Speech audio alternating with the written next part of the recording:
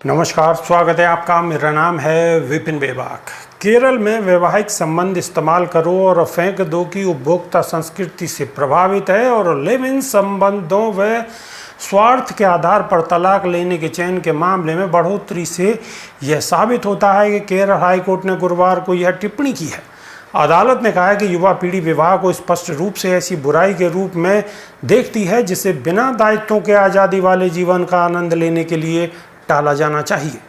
Justice A Mohammad Mushtaq और justice Sophie Thomas की bench ने कहा है कि वे युवा पीढ़ी वाइफ यानी कि पत्नी शब्द को वाइज इन्वेस्टमेंट फॉर एवर सदा के लिए समझदारी वाला निवेश की पुरानी अवधारणा के बजाय बड़ी इन्वर्टेड फॉर एवर हमेशा के लिए आमंत्रित चिंता के रूप में परिभाषित करते हैं। लिव इन संबंध के मामले में ये बढ़ रहा है ताकि अलगाव होने पर एक दूसरे को अलविदा कह सकें। जब स्त्री और पुरुष बिना विवाह किए पति पत्नी की तरफ एक ही घर में रह सकते हैं तो इसे लिव इन संबंध कहा जाता है।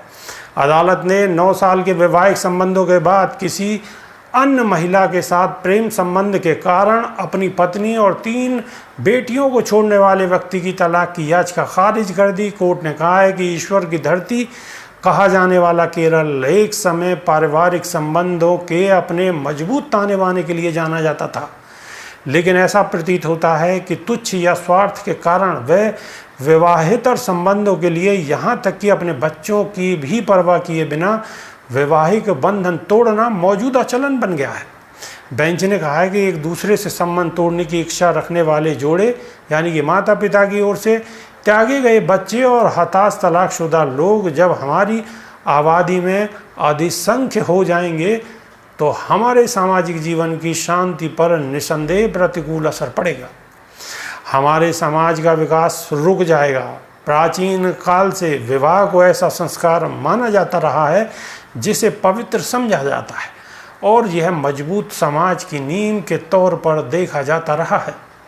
विवाह पक्षों की यौन इच्छाओं की पूर्ति का लाइसेंस देने वाली कोई खोखली रस्म भर नहीं है। अदालत ने तलाक संबंधी पति की याचिका खारिज करते हुए कहा है कि अदालत गलती करने वाले व्यक्ति की मदद करके उसकी पूरी तरह से अवैध गतिविधियों को वैध नहीं बना सकती। पीठ ने कहा है कि अगर किसी पुरुष के विवाहोत्तर प्रेम संबंध हैं और वह अपनी पत्नी व बच्चों से संबंध समाप्त करना चाहता है तो वह अपने अपवित्र संबंध या वर्तमान रिश्ते को वैध बनाने के लिए अदालतों की मदद नहीं ले सकता।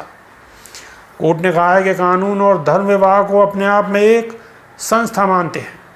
विवाह के पक्षकारों को इस रिश्ते से एक तरफा दूर जाने की अनुमति नहीं है जब तक कि वे कानून की अदालत के माध्यम से या उन्हें नियंत्रित करने वाले पर्सनल लॉ के अनुसार अपनी शादी को भंग करने के लिए कानूनी अनिवार्यताओं को पूरा नहीं कर लेते।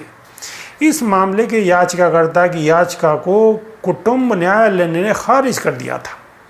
इसके बाद उसने अपनी पत्नी व निर्दयता का आरोप लगाते हुए उच्च न्यायालय में याचिका दायर की। याचिकाकर्ता ने याचिका में कहा था कि 2006 में उसका विवाह हुआ था और 2018 तक उसके और उसकी पत्नी के वैवाहिक संबंधों में कोई दिक्कत नहीं थी, लेकिन बाद में उसकी पत्नी में व्यवहार संबंधी असामान्यताएं पैदा हो गईं। वह उस पर किसी से प्रेम संबंध होने का आरोप लगाते हुए झगड़ा करने लगी। कोर्ट ने यह कहते हुए इस दावे को खारिज कर दिया कि जब किसी पत्नी के पास अपने पति की ईमानदारी व निष्ठा पर शक करने का तर्कसंगत आधार होता है, अगर वह उससे इस बारे में सवाल करती है या उसके सामने अपना गहरा दुख व्यक्त करती है तो इसे असामान्य व्यवहार नहीं कहा जा सकता, क्योंकि यह किसी भी सामान्य पत्नी का प्राकृतिक मानवीय व्यवहार है। कोर्ट ने इस बात पर गौर किया कि पत्नी का उसकी सास और याचिकाकर्ताओं के अन्य सभी संबंधियों ने भी समर्थन किया है। याचिकाकर्ता के रिश्तेदारों ने कहा है कि वह अपने पति व परिवार से प्यार करने वाले अच्छे व्यवहार वाली महिला है।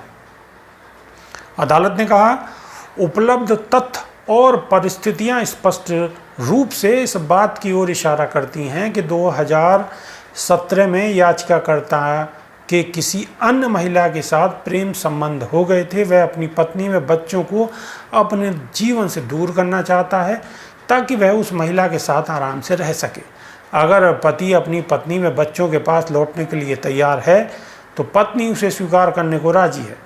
इसलिए ऐसा कुछ भी नहीं है जो यह दर्शाता है कि एक सौहार्दपूर्ण पुनर्मिलन की संभावना हमेशा के लिए समाप्त हो गई है।